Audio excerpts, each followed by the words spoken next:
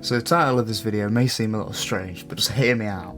A couple of years ago, I decided to learn how to juggle, and I did this because I was feeling a little bit quirky, so I thought, you know what, fuck it, I'm gonna learn.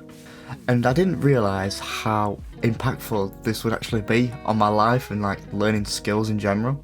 And there's a few things I want to talk about that happen mentally when you learn how to juggle, and how you could apply that to like learning anything.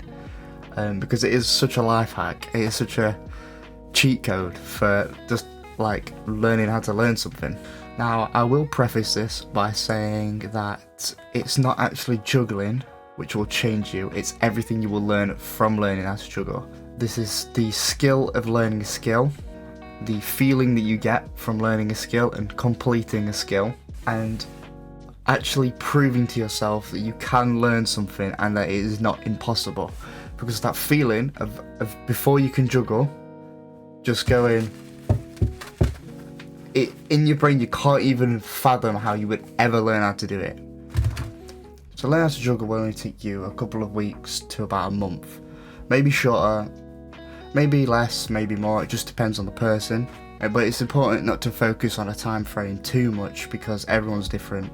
I've realised it takes me much longer to learn things than like other people. However long you think it's going to take, just say you're just going to do it until you can learn how to do it. We'll talk more about that later. So let's say I wanted to learn how to juggle, how would I go about learning it? And I will do what I do with everything, is just watch a YouTube video. With something like juggling, you can learn it in one video, but I wouldn't recommend that. I would recommend watching lots of different videos. Because if you stick to one tutorial, you may miss something that someone else says, and that might click with you more. So I've always found just watch like 5 different tutorials, and if you follow through one and you don't get it, I just move on to another one, and then maybe even revisit the old one. Eventually something will stick. Everything you need is on YouTube. If you've got big boy money, I think there's like Skillshare and stuff, but I don't have time for that. So maybe one day when I've got some money. On YouTube, whatever skill you want to learn, there is someone in that field that is teaching it to a really good level. Someone really skilled who's been learning it for, they've been teaching it for years. There's always somebody, right? But I always recommend starting on YouTube, and then if you really want to get lessons, this is for like much bigger skills. You can always get courses and stuff from that big YouTuber that you trust and is reliable. That would be my recommendation, but I've never done that yet. So we've got our YouTube video. What's next? We need to set a time limit, and we need to set an allocation of when to learn it. I find what's best, if you're someone who's working, do half an hour after work with something like juggling. If it's a more advanced skill, an hour.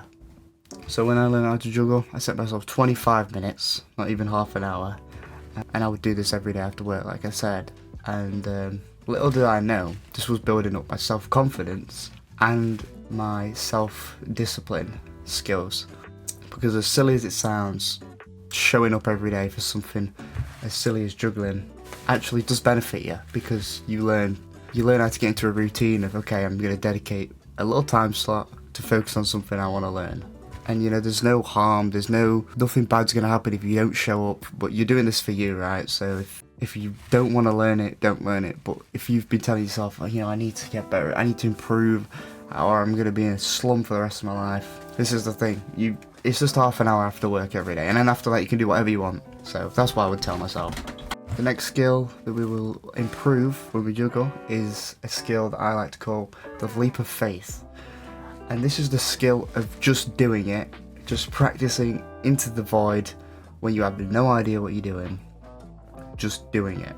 So something like juggling is very motor skill based, where you are trying to learn how to move. Your brain is trying to figure out how to move these so you can juggle, right? So when you don't know how to do it, it doesn't make any sense. And it's just this feeling of being shit at something and just doing it and just thinking, oh my god, I'm so shit, I'm so stupid. Stop. Stay as far away as you can from self-hatred, because trust me, you are gonna hate yourself. Like, just try and just switch off for like 20 minutes, because being shit at something is so shit, but you will learn how to do it. And this is why I choose juggling, because it will only take you 2 weeks to a month. So just do it and just be shit at something for 2 weeks, and then you'll be able to do it. Trust me. Because once you know you can do something when you were so shit at it for all that time, it's such a good feeling. But yeah, this leap of faith is such an important skill. I don't know if people will talk about this, but you have to go through it, and it is the bulk of practice. It's just this leap of faith, just practicing and just being shit at something.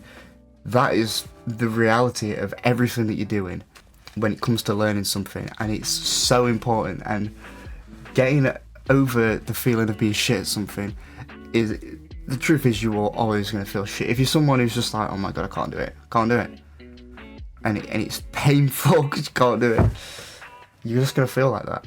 Hey guys, Editor Dre from about an hour in the future. That feeling of being shit at something, it doesn't go away, but it doesn't get easier, but you get better at dealing with it. That's what I was trying to say.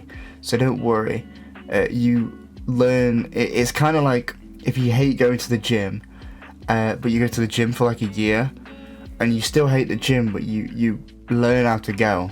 The same thing applies, and eventually it just becomes like, it's just another skill that you've learned. So that's the point I was trying to make. I still feel like whenever I learn something new, I'm shit at it. But because I've been so shit at so many different other things at this point, I kind of know what I'm up against, and I know how to deal with it. So anyway, back to the past. But you keep going, you keep referring to the YouTube video, you keep practicing, you keep going. You want to do this, right? You really want to do this. So just keep going. And of course, after day 1, you're not going to be able to do it. After day 2, you're not going to be able to do it. Probably a week in, you're probably not going to notice much, and it's going to feel impossible. But as long as you keep showing up every day, keep practicing a little bit more, put some music on, enjoy the video that you watch, really study it, really take every single step individually, you will get there. Trust me. Also, I think it's really important now to say, when you are learning something new, do not compare yourself to the person who's teaching you at all, because this person most likely is someone who has made a life out of this skill. So they've got a business, and this YouTube channel that they're using is promoting their business, which is gonna sell your course or whatever. This is their thing. This is their livelihood, and you work full time in an office or fast food or whatever.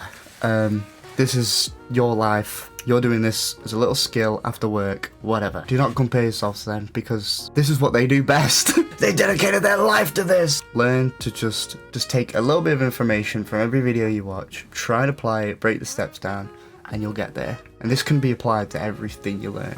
And again, I think it's best if we go with juggling, because juggling is OP, and it doesn't take you very long. Now, eventually you will notice some differences. After a week, you finally will make progress. Finally! Now this step is also really important, because you have to recognize and celebrate this progress. You have to really, really hype yourself up. At this point, you've probably spent a couple of hours just being so shit at it, and nothing's happened, and you've hated every moment because you're not getting there. Maybe you enjoyed that, but I spent a lot of time hating it. Like, whenever I'm learning something new, I hate it right at the beginning. There's this whole thing called snowball effect, where once you start getting good at something, you can kind of get the ball rolling, because you've got a bit of snow there. you got it rolling.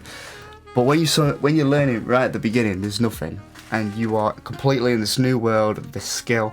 When you do make progress, it's a big deal, so don't downplay it. Don't try and play cool.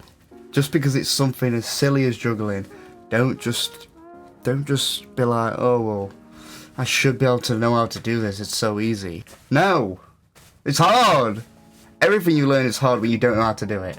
Just allow yourself to be happy when you make progress. It is such a good feeling to learn something new. Especially when you think it's impossible, and then you prove it to yourself, and you can do it. You thought it was impossible a fucking second ago, and you can do it. You are choosing a path that is so rewarding. And it may just seem ridiculous, it's just juggling. But when you apply this to something bigger, like you've always wanted to learn musical instruments your whole life, well, you can. And that seems impossible. You watch someone like fucking Jimi Hendrix, and you think you're going to be like that in a couple of months. No. But when you can finally do something, when you used to look at it as a kid and be like, what? It's a good feeling.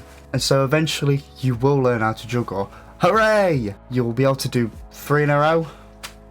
I actually can't do it sat down. Eventually you'll be able to do 3 in a row, 4 in a row, and then you'll just be able to go on and on and on. Eventually it's just the same motion. At this point I played a game with myself and I was just like, I'm just going to do 100 in a row and then I'll tell myself I can juggle. I could already juggle at this point, so I just made that. I was like concreting the idea, cementing the idea. And so like that, you can officially juggle. And just like that, you've proven yourself that you can learn a new skill. You've proven to yourself that you can allocate a certain amount of time every day to learn something new. You've proven to yourself that if you push yourself and take that leap of faith into the abyss of not knowing what to do, that you can do it. And you proved all of that in the space of a month. At the beginning of the month, you was a nobody, and now look at you, you can juggle. Coming back to juggling and why I choose juggling, because of the previously mentioned steps. The reason why I chose juggling is because all those steps I just mentioned, they can all be applied to bigger skills. I know I've been saying that throughout the video, but let me explain. Now, of course, this gets more complicated the more complicated the skill is. So if it's a long-term skill like juggling, if it's a long-term skill like learning an instrument or learning a language or learning something like editing or software development or coding or graphic design or animation, any of these skills, we can go back to the steps I previously mentioned. So YouTube tutorials, and of course, like I said, if you've got the money, I would recommend just getting something like Skillshare, but you don't have to do that. I've not done that yet, but if I did have the money, I probably would. And also, if you're learning a language, I feel like you do eventually need to speak to natives, and it would be easier to book in a 1 hour session a week with someone, which I will have to do eventually if I'm learning a language. I mean, again, you don't have to, but it will make it a lot harder. But they're like your top end skills. I'm talking about like if you want to fucking learn how to do a backflip or something, or so your YouTube, yeah, your YouTube tutorials. You can set an allocation. You can take a leap of faith, and you can celebrate small victories, and you'll have learnt patience. And I'll say as well, with the harder skills, it's a lot harder to complete.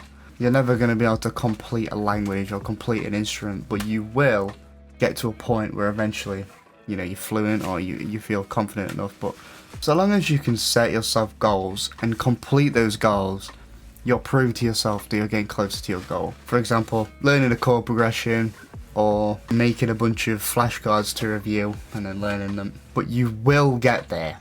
The race is long and you do have the rest of your life to learn these things. So there's no pressure. I've been learning French probably for about 3 years. And the way I work is I can't just practice for like 6 months straight. I just can't do it. It gets so boring. So I just do it in like month or 2 blocks. And you know, I know it's going to take me a long time, but I'm always going to come back to it. And I have the rest of my life to learn it. Even if you give up on this, you can come back to it. These skills, unless you've got a timer on them, unless you've got an exam at the end of them, which if you're learning something like juggling, you shouldn't have an exam on juggling. The main goal is, if you tell yourself you're going to be able to do it eventually one day, not, okay, when I start learning it, I'm going to do 30 days, and at the end of 30 days, I can do it. With something like juggling, yes, you can do that. But like your longer skills, you don't just say, okay, 2 years from now, I'm gonna practice every day for a year. I wouldn't recommend that. I'd just say, I'm gonna speak it one day. I'm gonna dedicate a month to doing some deep studying. I'm just gonna lock in.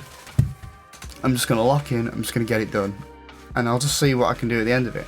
But yeah, with French, I've been on and off for about 3 years, and whenever I take a break, I'm not worried. Because whenever I go back to it, I come back with even more knowledge and even more confidence, so that one day I am going to be able to speak it, because I've come back to it. I don't believe in giving up, I just believe in long breaks. And it's real, because it's like riding a bike. I haven't been on a bike in years. I'm saying to myself, oh, well, I gave up on biking. I actually haven't even juggled for about a year. I won't say I've given up on juggling. Even though I can always get better. I can always learn new patterns. So please, I've rambled more than I anticipated. But if you feel like learning anything and what you want to learn is something you feel that's impossible, I implore you to learn how to juggle. And if you know me in real life, just literally ask me. I'll bring these to you, and you can practice. Because seriously, I do honestly believe it's changed my life. And all of this because of juggling, and I've convinced myself that I can learn anything. And even if I can't, that's got to be better than convincing myself that I can't learn anything, right? Anyway, thanks for watching. This was brought to you by Juggling, Big Pharma Juggling. Hey guys, Editor Dre here. Just so you know, I can actually juggle, and I'm not full of shit. There you go. You happy? Because I don't think I showed that. Every time I tried, I just dropped it on the floor. To put the camera up a little bit. I look so silly. Right, goodbye.